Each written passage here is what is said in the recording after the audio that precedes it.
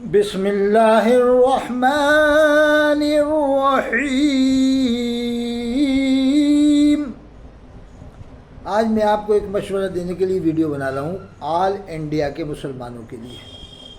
اللہ قبول فرمائے، اللہ کی مرضی۔ ان اللہ علی کل شیء قدیر، بے شک اللہ ہر چیز پر قادر ہے۔ تو وہ مشورہ آپ سماعت فرمائے۔ قرآن کی آیت سے شروع کرتا ہوں۔ اللہ فرماتا ہے وَشَاوِرْهُمْ فِي الْأَمْرِ، اپنے کاموں میں مشورہ کرو، جو بھی نیک کام ہے ان میں مشورہ کرو۔ وَإِذَا عَزَمْتَ فَتَوَكَّلْ عَلَى اللَّهِ، جب کسی کام کا ارادہ کرو تو اللہ پر بھروسہ کرو۔ ان اللہ یحب المتوکلین، بے شک اللہ متوکلین کو، بھروسہ کرنے والوں کو پسند فرماتا ہے۔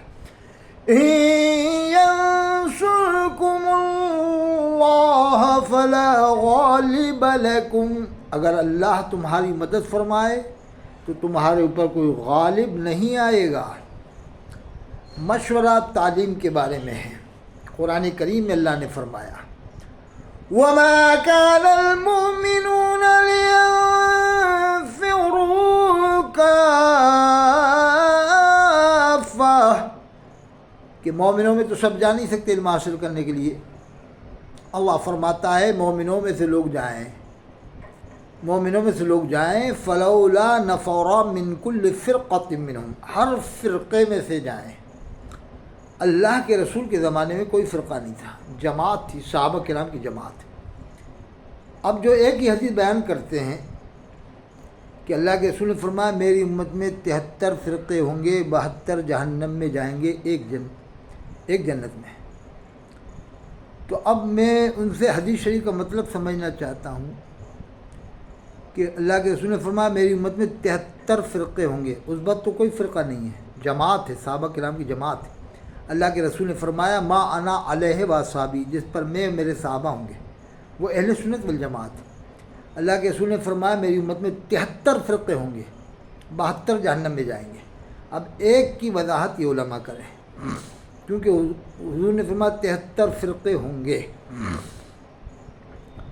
تو اب قرآن میں جو اللہ نے فرمایا اس آیت میں فَلَوْلَا نَفَرَ مِن كُلِّ فِرْقَةٍ مِّنْهُمْ طَائِفَةٌ لِيَتَفَقَّهُوا فِي الدِّينِ، ہر فرقے میں سے جائیں۔ اس وقت کوئی فرقہ نہیں تھا، صحابہ کرام کے زمانے میں کوئی فرقہ نہیں تھا، تو اللہ نے فرمایا ہر فرقے میں سے جائیں۔ میں قرآن کی آیت پڑھ کے بتا رہا ہوں، ترجمہ دیکھ لیں۔ فَلَوْلَا نَفَرَ مِن كُلِّ فِرْقَةٍ مِّنْهُمْ طَائِفَةٌ لِيَتَفَقَّهُوا فِي الدِّينِ وَلِيُنذِرُوا قَوْمَهُمْ إِذَا رَجَعُوا إِلَيْهِمْ، اللہ فرماتا ہے ہر فرقے میں سے جائیں، مطلب ہر قبیلے میں سے جائیں، ہر خاندان میں سے جائیں۔ اس زمانے میں کون سا فرقہ تھا؟ تو اللہ نے فرمایا فَلَوْلَا نَفَرَ مِن كُلِّ فِرْقَةٍ مِّنْهُمْ، ہر فرقے میں سے جائیں، مطلب ہر قبیلے میں سے، ہر خاندان میں سے جائیں علم حاصل کرنے کے لیے۔ جب واپس آئیں تو اپنی قوم والوں کو ڈرائیں۔ تو قرآن میں اس کا ذکر ہے یا ایھا الناس انا خلقناکم من ذکر وانثی، اے لوگوں تم کو ایک مرد ایک عورت سے پیدا کیا ہے۔ وجعلناکم شعوبا وقبائل، اور تم کو شعوب میں اور قبائل میں تقسیم کیا ہے۔ تو انہی میں سے جائیں علم حاصل کرنے کے لیے، شعوب میں سے، قبائل میں سے۔ وجعلناکم شعوبا وقبائل، اور تم کو شعوب میں قبائل میں تقسیم کیا۔ جیسے انصاری، منصوری اور جتنی برادریاں ہندوستان میں بہت ساری ہیں، اور عرب کی برادریاں الگ ہیں۔ تو اللہ نے فرمایا تم کو قبائل میں تقسیم فرمایا اس لیے کہ لتعارفوا، ایک دوسرے کا تعارف کراؤ، پہچان کراؤ، یہ اس قبیلے سے، یہ اس قبیلے سے۔ آگے فرمایا ان اکرمکم عند اللہ اتقاکم، بے شک تم میں عزت والا وہی ہے اللہ کے نزدیک جو تم میں پرہیزگار ہے، جو تم میں پرہیزگار ہے۔ تو مشورہ یہ ہے کہ آج ہم لوگوں کی لڑکیاں، کانپور کی لڑکی کہیں پڑھ رہی ہے کوٹا میں، کوٹا کی کہیں پڑھ رہی ہے بنگلور میں، بنگلور کی کہیں پڑھ رہی ہے، مسلمان لڑکیاں۔ پھر پردے کا اہتمام تو ہو ہی نہیں پاتا ہے، آپ خود سمجھو۔ آپ پھر یہ باہر جو پڑھتی ہیں پھر کیا حالت ہوتی ہے آج کل سب جانتے ہیں، سب سوشل میڈیا پہ آ رہا، خبریں آ رہی ہیں۔ تو ان لڑکیوں کی حفاظت بھی تو ضروری ہے۔ اور یہ ذمہ داری کس کی ہے؟ رہبران قوم و ملت کی ہے۔ ہر تنظیم میں سے، جیسے تنظیم ہے دیوبند بریلی علیہ حدیث مودودی، یہ تنظیم ہے، فرقہ تو قادیانی ہے، یہ قادیانی فرقہ ہے، تنظیم ہے، تنظیمیں میں تھوڑا بہت فرق ہے بس، لیکن قرآن سب مانتے ہیں، حدیث کو سب مانتے ہیں، صحابہ کرام اہل بیت کو جن کے نام لیے گئے سب مانتے ہیں۔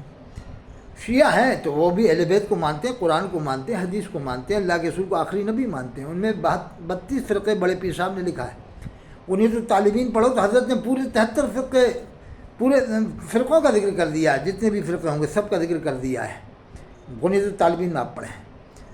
تو اب یہ ایک ہی حدیث سناتے ہیں، پھر ایک حدیث سنانے کے بعد جہنمی بنانا شروع کر دیتے ہیں، نام لے کر کے، دیوبند والوں کو، ندوے والوں کو، یہ آج کل کے مولوی بہت سے لوگ، اگر اسی طرح سے دیوبند والے ایک حدیث سنا کے تم کو جہنمی بنانا شروع کر دیں، پھر اہل حدیث ایک حدیث سنا کے تم کو جہنمی بنانا شروع کر دیں، شیعہ ایک حدیث سنا کے تم کو جہنمی بنانا شروع کر دیں کہ ہم جنتی تم جہنمی، پھر تو سب جہنمی ہو گئے نعوذ باللہ، یا پھر اس کا مطلب سب اپنے آپ کو جنتی سمجھتے ہیں تو سب جنتی ہو گئے۔ دیکھیے یہ قیامت میں فیصلہ ہوگا کون جنت میں جائے گا کون جہنم میں جائے گا۔ نماز کی پابندی کریں اور 5 ٹائم نماز کی پابندی کریں۔ حلال روزی کا مشورہ یہ ہے کہ ایسے اسلامی سینٹر بنائیں کہ جس میں ہماری بہنیں 5 ٹائم کی نماز بھی پڑھ سکیں، پردے میں بھی رہ سکیں، اور دینی تعلیم بھی ہو، دنیاوی تعلیم بھی ہو۔ اور آج مسلمانوں کے پاس پیسہ بہت ہے، دارالعلوم کھولنے کی اب ضرورت نہیں، دارالعلوم تو پرانی بہت ہیں، یہ دارالعلوم کے جو چندہ کرنے والے ہیں کہنا بھائی اب کتنے کھولو گے یار، کیا قیامت تک دارالعلوم ہی کھولو گے؟ یہی تمہارا پاس ایک دھندہ رہ گیا ہے، اور دھندے نہیں کہ تمہارے پاس ہیں؟ ارے حلال روزی کماؤ، کیا یہ صدقے خیرات کر کے زندگی گزارو گے، اپنی پراپرٹیاں جائیداد بناؤ گے؟ سر سید صاحب نے 150 سال پہلے کہا تھا، یہ جو مدرسے بنا رہے ہیں اپنی جائیدادیں بنا رہے ہیں، ارے ایسا کام کرو جو مسلمانوں کے بھی کام آئے، دینی کام بھی ہو، دنیاوی کام بھی ہو، نمازوں کی پابندی بھی ہو، ایسا سینٹر بنائیں بس۔